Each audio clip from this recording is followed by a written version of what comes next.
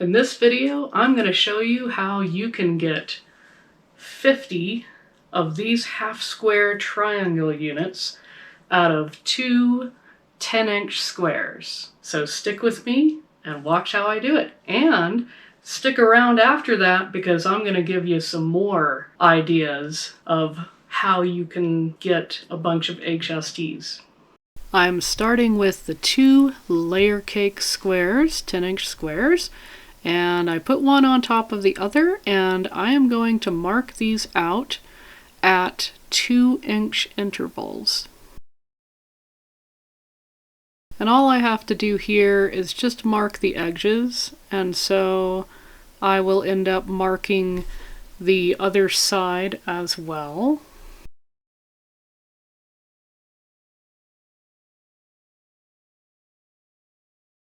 And now I am ready to mark the diagonal lines. All of my diagonal lines are going to go the same direction. And what I'm doing at this point is I'm using the diagonal line on the ruler just to make sure that it truly is 45 degrees.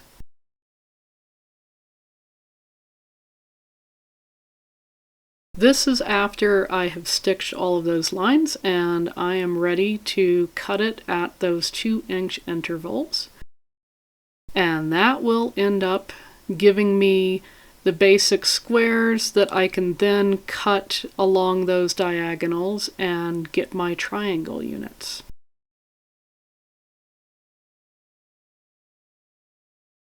So here I am so far with these. A lot of these I have them doubled up like that. So from the last clip there, you could see that I had all of these out this way. So very simple. You just cut it down the center. You cut it down that way.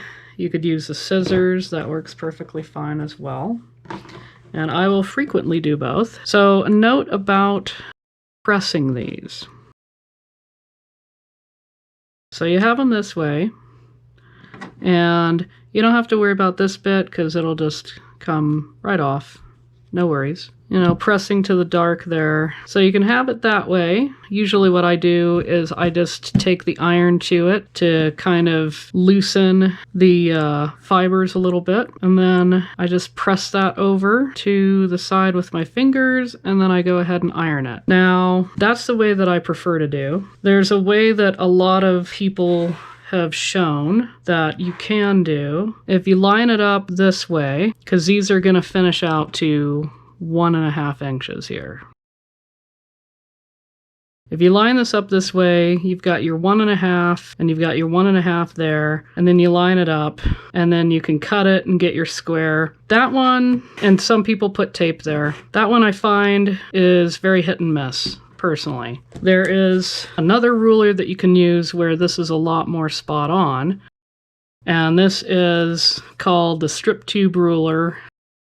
I put some little grippy things on the wrong side of it, so I end up using it upside down.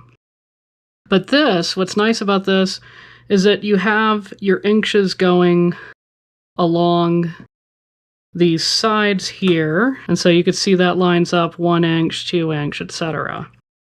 And then you have this line going down this way, and so it's actually a lot easier to line this up. So because this line right here is at the 1.5, and it syncs up with here and here. So if this is a method that you like to do, then this can be a way that you do it. I'm also not a fan of this method because these are really, really small units that I'm making, but it does work.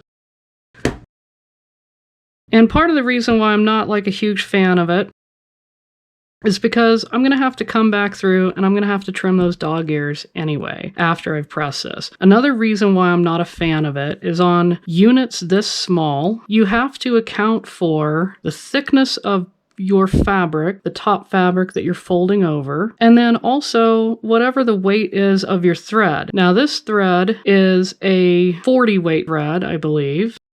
This other thread is actually a 100 weight thread. So the way that you could get around the thread being a problem is you could have 100 weight in the top, 100 weight in the bottom, and you would have very thin thread both ways. So the problem with doing it this way, when you're talking about these really, really small sizes, is that you can get things off by about a 1/16 of an inch potentially. And when you're talking about something that starts off at 1.5 inches and then goes down to an inch, and see here, you can already see, you could see those little dots for the 1/2 inch on both sides. So this, I can already tell that it's potentially about 1/32 of an inch off, and that's going to cause problems for really, really small units. So the better way, in my opinion, is still the tried and true way of taking the units that you've cut off of these, and then you go ahead and press it to the side. And then I take this ruler because this ruler has all of those nice markings and I really like that. So I take that and I can line that hypotenuse, and like in this case, you can see that these units can produce wildly different base units, so definitely you have to trim. Do not think that you can just make shortcuts when it comes to really, really tiny pieces like this. I mean, it's almost 1/4 of an inch bigger, okay? But they're both going to work for becoming 1.5 inches. So what you want to do is you want to take this, and then you line it up on that hypotenuse, and then right here, I still have a little bit sticking outside out of that 1.5 mark there, and I have a little bit sticking outside of that 1.5 mark, and I am good to go with trimming this up, and it's going to get rid of my dog ears. And that other method, I was going to have the dog ears, and I was going to have to trim that anyway. So it's not really saving any time to do it that way. You might as well just go ahead and trim it the old-fashioned, tried and true, same way that your grandmother did, because that is actually what works really well here. So for this, I've already got most of these pressed, and I just need to finish up the rest of them, and then I have 50. But wait, it gets even better than this. Now that we have all of those done, I can show you a different way that would be continuous sewing. This is not actually 10 inches, but this is for demonstration here. So basically, I'm going to mark there, there, there, there.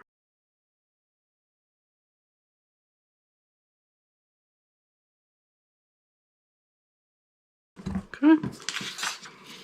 And then I'm going to do the same thing over here.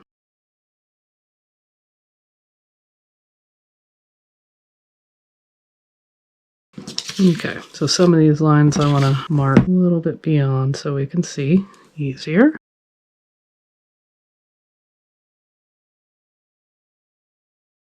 The way this works is you want to start in a corner first. That's very important because that means that when you get to the other side of it, you're ending in a corner, and then you can just turn right back and go the same way that you went.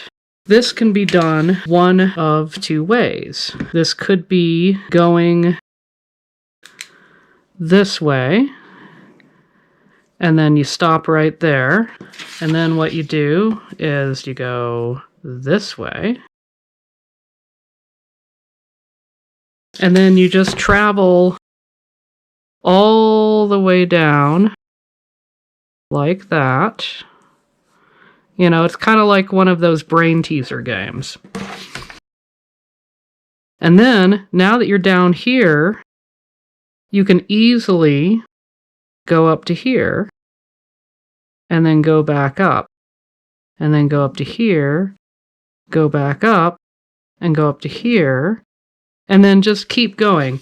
Now that's one way that you could stitch it, and you just do that. And that's probably an easier thing to remember. You could also stitch it to where you go all the way down this way to this one, and then you go all the way down to the edge there. Okay, so I'm going to show what this looks like with a couple of different colors if you do it this way. So orange is going to be the color that takes us from here all the way to here. You would go like that, and then you would go like that, and then you would go like that, and then you'd go like that, and then all the way back up there, all the way over to there, and then this is going to take you to there. So you're going to go all the way over to there. And this is going to take you all the way down to here. And then all the way over to here. And then you're only going over to here. And then you go all the way back up to here. All the way back up to here. And then this one is just going to do your little zigzag going all the way down. And you do that, and it's just going to be a continuous thing. You're just pivoting on the machine, and then you just simply go back the way you came so that you can get the other side of those hypotenuse lines.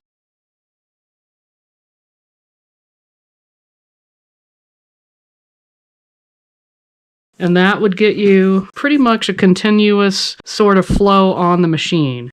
For me, I think I'm just going to simply do it zigzagging down one, zigzagging back up the other, and just doing that until I get all the way to the end and then going back through again.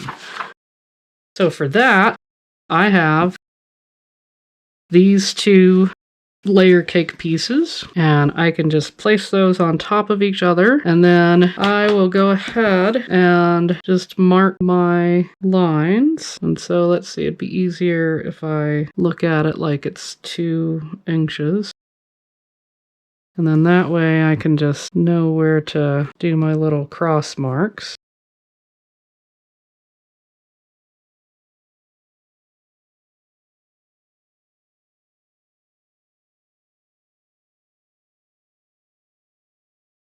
Since I'm not simply just doing that, and then that, and then that, I need to have my little points that I stop at.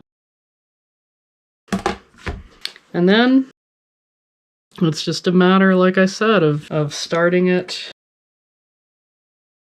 in the diagonal, starting it in a corner, and just doing that. And then I can go all the way to there, because that's easy enough. And then, oh, and that's fun. I can actually go all the way across, can't I? So we'll do that. So I can just mark that all the way across. That's nice and handy. So we'll do that. So, and then it looks like I have to go down 2 of them. So I have to go down to there, and I can go all the way across these right here. From point to point, like that. And then the same thing up here.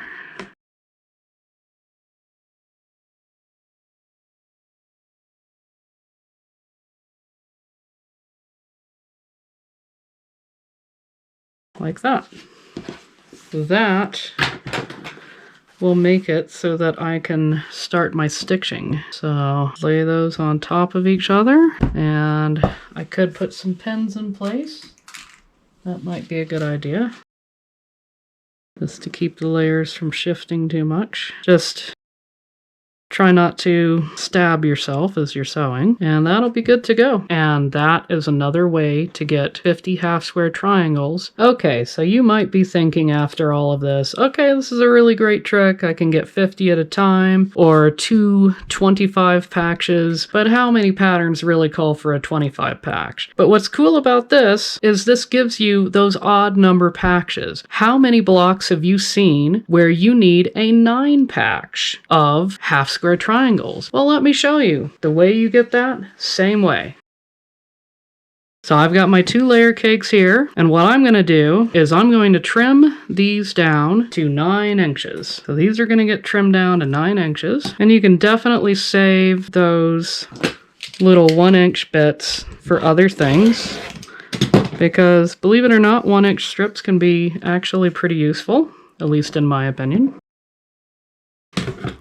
Lining up, okay. Looking pretty good there.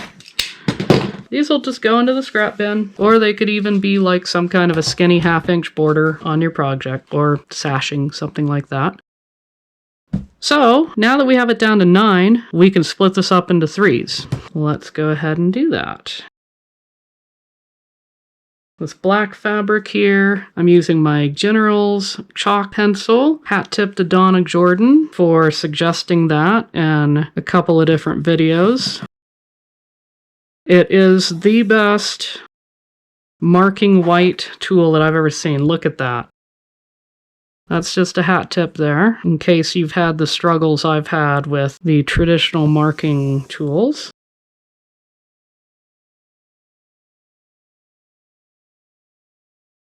And then just like before, you just go through and you mark those diagonals.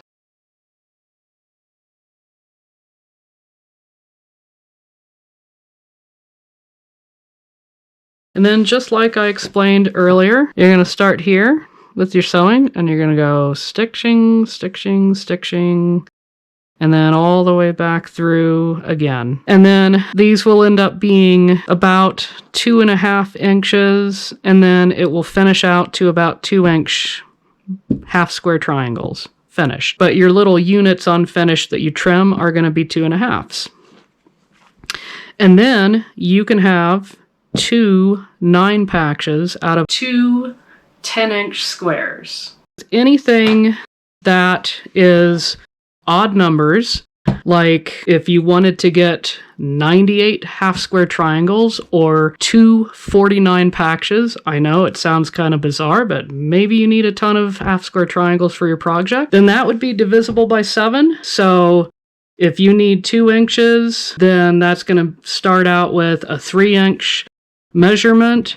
3 times 7 would be 21. You're going to have a 21-inch square, and then you're going to mark it out like that. So that's that. These are the 9 patches that I just made up.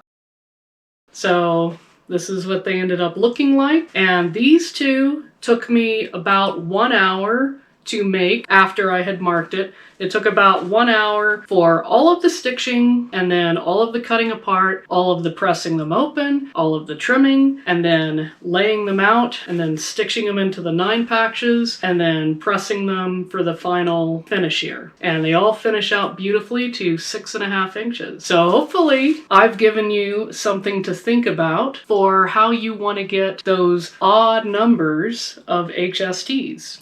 And while you're thinking about that, you might want to check out this video where I take charm squares and I do improv circles out of them. And I make up some cute bowl cozies, but obviously you could make up some blocks out of it. So I hope to see you there. Thanks for watching.